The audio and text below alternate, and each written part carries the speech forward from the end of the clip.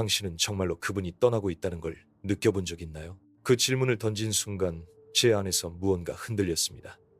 마치 한겨울밤 따뜻한 난로 곁에서 갑자기 찬바람이 들어오는 듯한 느낌이었죠. 그리고 그 찬바람은 단순한 외부의 기운이 아니라 내면 깊숙한 곳에서부터 스며드는 쓸쓸함 같았습니다. 영혼의 친구라 불리는 성령님께서 조금씩 멀어진다는 것은 어떤 의미일까요? 왜 우리의 행동 하나하나가 그분의 존재와 관계를 좌우할까요? 오늘 이야기할 주제는 바로 이 점입니다. 만약 당신이 지금 하는 그 행동을 계속한다면 성령님께서는 서서히 당신으로부터 멀어지실 것입니다. 이 말은 단순한 경고가 아닙니다. 삶과 신앙 사이의 미묘한 균형, 그리고 우리 영혼이 맞닥뜨린 진짜 문제에 관한 초대장입니다. 지난해 12월 서울 종로구에 사는 29살 디자이너 지훈 씨 이야기를 들었는데요. 그는 일과 SNS에 너무 몰두한 나머지 정작 자신과 하나님과의 시간을 잃었다고 했습니다. 매일 아침 출근 전 기도하던 습관도 어느새 사라지고 마음속 대화 대신 스마트폰 알림음만 반복되었죠. 어느 날 문득 지훈 씨는 왜 마음 한켠이 자꾸 허전하지? 라는 의문에 사로잡혔습니다. 그때 처음으로 깨달았답니다. 아, 내가 나 자신도 모르게 성령님과 거리를 두고 있구나. 그런데 문제는 많은 분들이 이 거리를 감지하지 못한다는 데 있습니다. 마치 연인이 어색해질 때처럼 처음엔 미묘하고 희미하게 다가오지만 시간이 지나면 점점 선명해지는 그런 감정 말이죠. 오늘 이 시간에는 그 첫걸음을 함께 살펴보고자 합니다. 우선 우리가 무심코 하는 행동들이 어떻게 성령님의 임재를 방해하는지 이해하는 게 중요합니다. 우리가 흔히 생각하는 잘못된 행동이라기보다는 내 마음속 문을 닫거나 서서히 닫아버리는 순간들을 말합니다. 예를 들면 소소한 자기중심성이나 불평 습관 같은 것들입니다. 한번 생각해 볼까요? 하루 동안 몇 번이나 내 뜻대로 되지 않아 하면서 마음이 답답해졌나요? 혹은 누군가에게 불친절하게 대하거나 심지어 스스로를 비난하지는 않았나요? 이런 작은 순간들이 모여 우리의 영적 공간을 점점 좁혀버립니다. 저도 한 번은 비슷한 경험을 했습니다. 2023년 가을, 일이 너무 바빠서 아침마다 기도를 건너뛴 적이 있었어요. 처음에는 별다른 느낌 없었는데 어느 날 갑자기 혼란스러움과 초조함이 밀려왔습니다. 왜 이렇게 무기력할까? 답은 간단했죠. 꾸준히 이어오던 영적인 대화를 스스로 끊어버렸으니까요.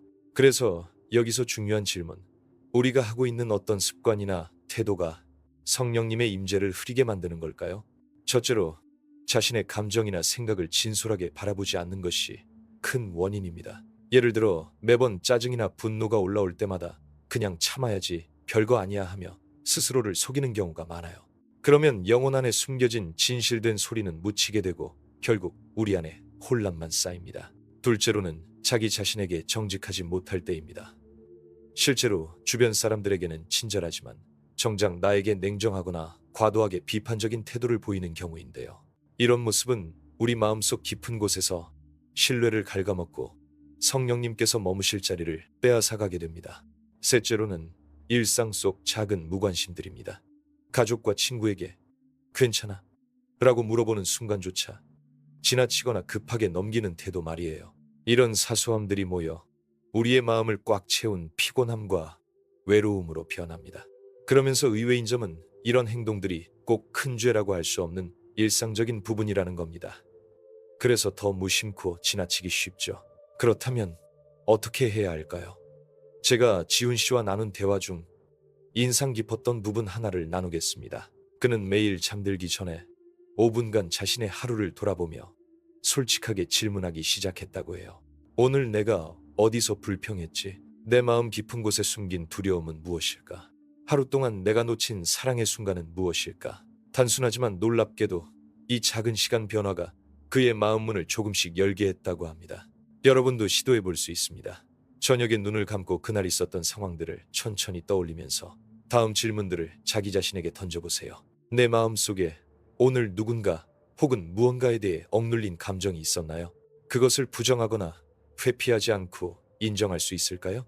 만약 인정한다면 내 안에 어떤 변화가 생길까요? 그리고 중요한 건 여기에서 멈추지 않고 그 감정을 기도로 이어가는 겁니다. 꼭 긴 기도가 아니어도 괜찮아요. 마치 친구와 짧게라도 진솔한 대화를 나누듯 이렇게 말해보세요. 나는 지금 이런 기분이고 도움을 원합니다. 처음에는 어색할 수도 있습니다만 꾸준히 반복하면 마음속 공기가 달라집니다. 참고로 최근 서울 명동 근처에서 만난 45세 교사 은희 씨 역시 비슷한 경험을 털어놓았는데요. 코로나 시기 동안 강박적으로 모든 걸 통제하려던 자신을 뒤돌아보니 오히려 더 불안하고 고립되었다고 해요.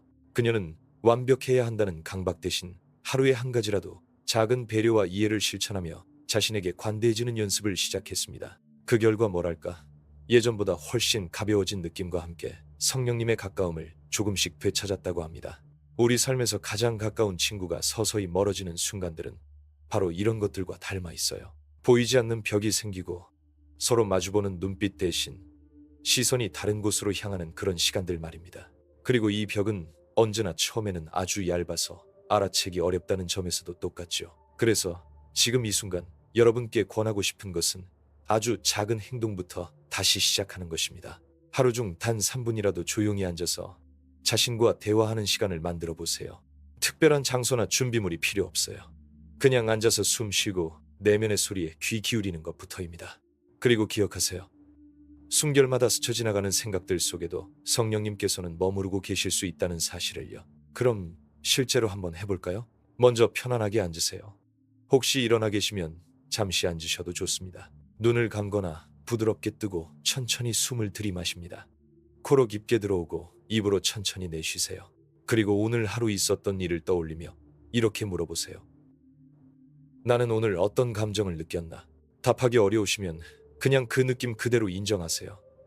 좋든 나쁘든 판단 없이 받아들이는 게 핵심입니다. 그리고 다음 질문으로 넘어갑니다. 내가 놓친 관심이나 사랑의 순간은 무엇일까? 마지막으로 이렇게 다짐해 보세요. 내 마음 문을 조금 더 열어보겠습니다. 짧지만 의미 있는 이 시간을 매일 반복하다 보면 분명 미묘하게 달라진 자신을 발견할 수 있을 겁니다. 사실 이건 신앙생활 전체를 바꾸라는 요구가 아니라 아주 작은 변화예요. 하지만 그런 작은 변화들이 쌓이면 결국 큰 차이를 만듭니다. 또 한 가지 잊지 마세요. 우리가 계속해서 그런 작지만 중요한 행동들을 이어갈 때 성령님께서는 우리 곁에서 조금씩 자리를 잡으시며 머무르십니다. 반대로 무관심하거나 스스로 마음문을 닫으면 자연스럽게 멀어지십니다. 마치 오래된 친구와 연락 없이 지내다 점점 소식이 끊기는 것처럼요. 여러분, 각자가 가진 내면의 공간에 조금 더 관대하고 솔직해질 때 비로소 성령님의 온기가 다시 찾아오는 경험을 할 수 있을 것입니다. 그리고 혹시 지금까지 당신 삶 속에서 그런 거리감 혹은 공허감을 느껴왔다면 그것 자체가 이미 다시 연결될 신호라는 사실도 기억해 주세요. 절망 아니라 희망입니다. 또 하나 개인적인 이야기 하나 덧붙이고 싶네요. 지난 2월 명동 카페에서 만난 38세 프리랜서 작곡가 민수 씨가 있었습니다. 그는 음악 작업 중 갑자기 창작 의욕 상실과 우울감을 느꼈다고 해요. 상담 과정에서 발견된 건 계속되는 자기 비판과 외부 평가 걱정 때문이었죠. 즉 자신의 내부 목소리에 귀 기울이지 않고 외부 소음만 들으려던 셈입니다. 그때 제가 제안했던 간단한 방법 중 하나가 바로 매일 밤 3가지 좋은 점 기록하기였습니다. 오늘 감사했던 순간 3가지 쓰기죠. 별것 아닌 듯 하지만 놀랍게 민수 씨에게 긍정적인 에너지와 안정감을 가져다 주었습니다. 여러분도 한번 시도해보세요. 당신 하루 속 좋은 일 3가지 적기부터 시작해서 내면과 더 가까워지는 길 찾기. 물론 저는 아직 완벽하지 않습니다. 저 역시 여러 번 실패하고 다시 시작하니까요. 마지막으로 드리고 싶은 말은 이것입니다. 우리는 모두 부족하지만 사랑받기에 충분한 존재라는 사실, 그리고 성령님께서는 완벽해서 머무시는 게 아니라 우리의 작은 노력에도 반응하여 머물러 주신다는 점, 그렇기에 포기하지 말라는 이야기입니다. 그러니 지금 이걸 읽으며 망설이고 있다면 먼저 오늘 하루 당신 행동 중 무엇 하나라도 조금씩 바꾸려고 의식해 보시는 건 어떨까요? 작지만 확실한 변화라는 표현 이상으로 실감할 수 있는 경험될 겁니다. 말 나온 김에 궁금합니다. 여러분은 혹시 최근에 어쩌면 우리가 가장 흔히 간구하는 사실 중 하나는 바로 성령님과의 관계가 단순한 감정이나 순간적인 기분 변화에 머무르지 않는다는 점일 겁니다. 사람의 마음은 파도처럼 출렁이지만 성령님의 임재는 그보다 훨씬 깊고 섬세한 영역에서 작용하기 때문이죠. 그래서 이번에는 조금 다른 시각에서 살펴볼 필요가 있습니다. 성령님이 서서히 멀어지는 이유 가운데 또 한 가지는 바로 무기력과 무관심입니다. 작년 2023년 여름 부산 해운대 근처에서 만난 42세 직장인 지연 씨 이야기가 떠오릅니다. 지연 씨는 매일 반복되는 일상과 업무 속에서 점점 무기력해졌다고 했어요. 아침에 눈을 뜨면 오늘도 그냥 견뎌야지라는 생각밖에 들지 않았고, 이전처럼 성경을 읽거나 기도하는 시간도 줄어들었죠. 그저 삶의 의욕이 사라진 듯한 상태였는데 스스로를 탓하며 자책하는 악순환에 빠져 있었습니다. 그런데 이 무기력은 단순히 피곤해서 생기는 게 아니었습니다. 정작 문제는 무관심, 즉 내면 깊은 곳의 신호를 외면하고 자꾸만 회피하려던 태도였어요. 무언가 불편하거나 답답해도 굳이 마주하지 않고 다른 일에 몰입하거나 핸드폰을 들여다보며 현실 도피를 선택한 거죠. 우리가 쉽게 지나치는 이런 순간들이 사실은 성령님과 나 사이의 연결고리를 서서히 약화시키는 주요 원인이라는 점을 지연 씨 사례에서 엿볼 수 있습니다. 내 영혼 안에서 소리 없이 찾아오는 무기력과 무관심을 그냥 지나치지 말아야 하는 이유는 무엇일까요? 그것은 바로 이 감정들이 우리를 영적으로 깨어나게 할 수 있는 중요한 신호일 수 있기 때문입니다. 이를 부정하거나 억누르면 자연스럽게 마음 문이 닫히고 그 공간에 머무르시던 성령님은 점점 물러나실 수밖에 없어요. 그렇다면 여기서 질문 하나 더 던져봅니다. 내가 최근 겪었던 무기력이나 회피의 순간들을 어떻게 바라보고 받아들일 수 있을까? 이것이 두 번째 포인트입니다. 간단하지만 강력한 방법으로 지연 씨에게 권했던 건 감정 기록하기였어요. 하루 중 느꼈던 감정들을 솔직하게 적으며 자신과 대화하는 시간을 갖도록 한 겁니다. 어제 내가 왜 그토록 힘들었는지, 어떤 순간에 마음이 멈추었는지 구체적으로 써보는 거죠. 특별히 저녁 시간대 조용한 카페 같은 곳에 앉아 펜을 들고 하루를 되돌아보며 느낀 것들을 적어보도록 제안했는데요. 오늘 나는 몇 차례 마음이 내려앉았다거나 불안감이 밀려와 손끝까지 떨렸다 같은 세밀한 표현들이 포함되었답니다. 처음에는 글쓰기가 어색하고 부담스러웠지만 점차 자신 안에 숨겨진 감정을 마주하는 용기를 얻었죠. 여러분께도 권합니다. 저녁마다 잠깐이라도 일기를 써보세요. 종이에 쓸 필요 없이 스마트폰 메모장이라도 좋습니다. 요점은 감정을 덮어두거나 피하지 않고 기록하면서 그 존재를 인정하는 데 있습니다. 그리고 다음 단계로 자신의 감정을 바라본 뒤 이렇게 묻습니다. 나는 지금 이 느낌 앞에서 무엇을 선택할 수 있을까? 예를 들어 불안하다면 숨을 깊게 들이마시고 천천히 내쉬면서 몸과 마음을 진정시키거나, 혼자 있지 말고 가까운 친구나 가족에게 잠시 마음을 털어놓는 것도 방법입니다. 또 간단하게 몸을 움직여 산책하거나 스트레칭하는 것 역시 무기력에서 벗어나 활기를 되찾는 데 도움됩니다. 생각해보면 우리의 몸과 마음은 연결되어 있으니까요. 혹시 이런 작업이 아직 어려운 분들은 하루 중 1분이라도 가볍게 눈을 감고 현재 내 몸 어디가 긴장되어 있는지 느껴보세요. 그 짧은 관찰 자체가 이미 내면의 문을 조금 열어주는 일이니까요. 아무리 바쁘더라도 그렇게 잠깐 멈추는 시간이 쌓이면 자연스레 영적 공기가 맑아지고 성령님께서 머무실 공간이 넓어진다는 걸 믿어보세요. 다음으로 세 번째 포인트로 넘어가겠습니다만, 혹시 이쯤에서 여러분 중 누군가는 그래서 결국 뭘 어떻게 하라는 거냐 라는 생각이 드실지도 모르겠습니다. 맞아요. 행동은 어렵습니다. 저 역시 늘 실패하고 다시 시작하니까요. 그래서 이번 세 번째 주제에서는 의식적인 선택과 책임을 이야기하고 싶어요.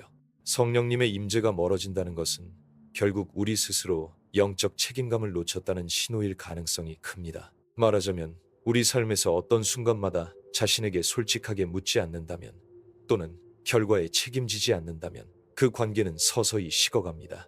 서울 강남구에서 만난 51세 사업가 현수 씨가 있었습니다. 그는 신앙생활 초창기부터 교회 활동에도 열심히 참여했지만 최근 몇 년간 사업 스트레스와 가족 문제로 인해 점점 신앙생활에 소홀해졌다고 합니다. 특히 내 선택이 정말 옳았나라는 질문 앞에서 회피하며 남 탓이나 환경 탓으로 돌리는 경향이 강했다고 해요. 그러다 어느 날 갑작스러운 건강 문제로 병원 입원을 하면서 스스로와 마주할 시간이 생겼는데요. 내가 지금껏 살아온 방식을 온전히 인정하고 책임질 준비가 되어 있는가? 라는 질문 앞에서 처음으로 깊게 고민하기 시작했다고 합니다. 그 경험 이후 현수 씨는 매일 아침 자기 전에 오늘 하루 자신의 선택들을 돌아보고 그 결과까지 받아들이겠다고 다짐했다고 해요. 그리고 작은 실천부터 시작했습니다. 늦잠 대신 알람 맞추기, 일 중간 5분씩 쉼 갖기 등 아주 사소하지만 스스로 약속했던 행동들을 지키려고 노력했죠.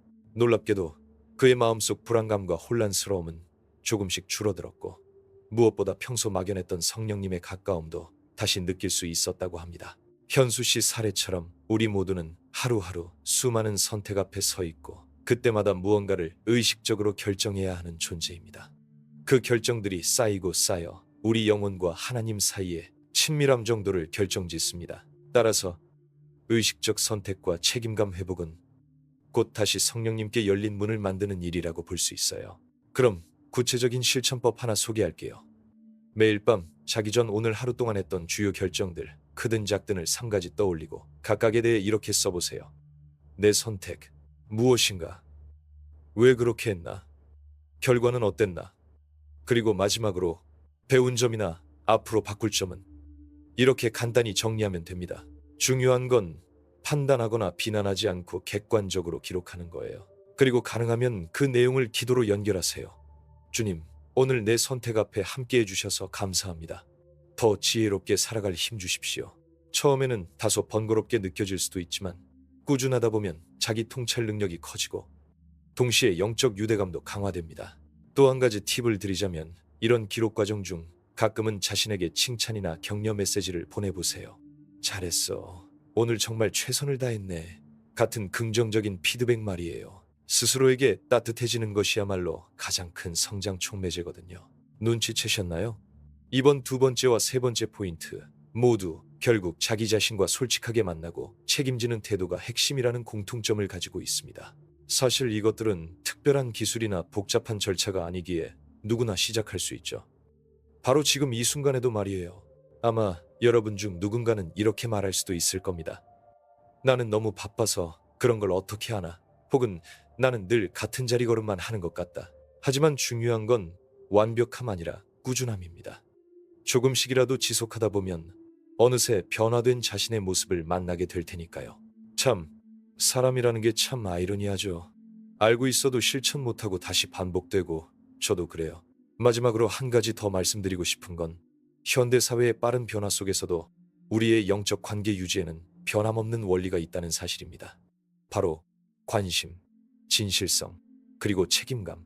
최근 2024년 들어 여러 명상 앱들이 인기를 끌면서 모두들 정신건강관리에 집중하는 흐름 속에서도 정작 내면 깊숙한 곳, 대화인 신앙적 소통은 뒤로 밀리는 경우 많잖아요. 그런데 바로 그런 시점일수록 우리 삶 속 작은 행동 하나하나에 깨어있음을 더 요구받습니다. 왜냐하면 그것들이 결국 우리의 영혼집, 성령님께 머무실 공간의 크기를 결정짓기 때문이지요. 그래서 오늘 제가 드린 이야기들 혹시 도움이 되셨다면 좋겠네요. 그리고 혹시 여러분 가운데 지금 당장 나만의 작은 의식적 습관 만들기가 어려워 보인다면 부담 갖지 말고 아주 쉬운 방법부터 시도해 보시면 어떨까요? 예컨대 휴대폰 알람 대신 진동 모드 켜놓고 잠시라도 휴식 시간 확보하기라든가, 매끼 식사 전에 감사한 한 가지 생각하기, 출퇴근길 잠깐 눈 감고 오늘 내가 기대하는 한 가지 떠올려 보기 같은 사소하지만 효과적인 습관 말이에요. 아마 이런 사소함이 쌓여 어느 순간 여러분 안에서 새로운 변화의 에너지로 나타날 것입니다. 맞아요. 그 변화란 겉으로 보이는 급격한 게 아니라 아주 미세하지만 지속적인 흐름이고, 그 흐름 위에서 성령님께서는 우리와 함께 하시는 길을 계속 열어나가십니다. 혹시 여기까지 읽으시면서 마음속 한구석 어디선가 작지만 따뜻한 반응 같은 게 느껴진다면 그것 자체가 이미 좋은 징조일 거예요. 부담 없이 한번 댓글로 여러분 경험이나 생각 나누시면 어떨까요?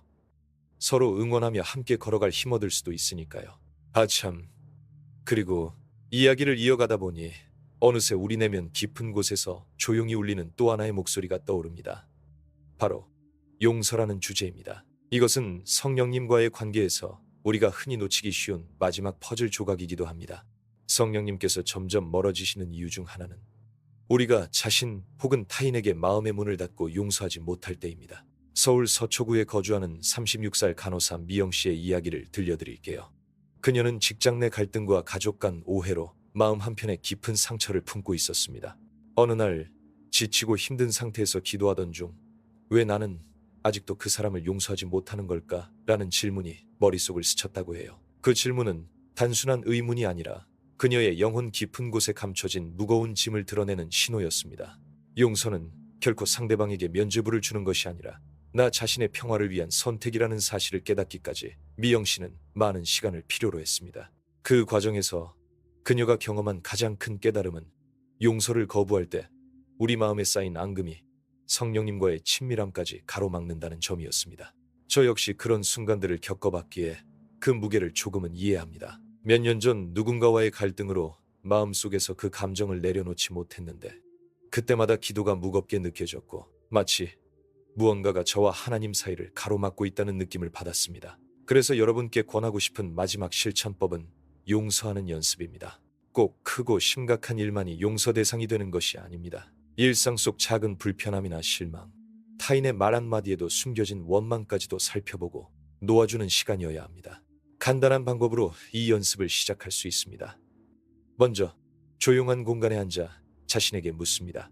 내 마음속에 아직 풀지 못한 미움이나 원망이 있는가? 있다면 그것을 글로 써보세요.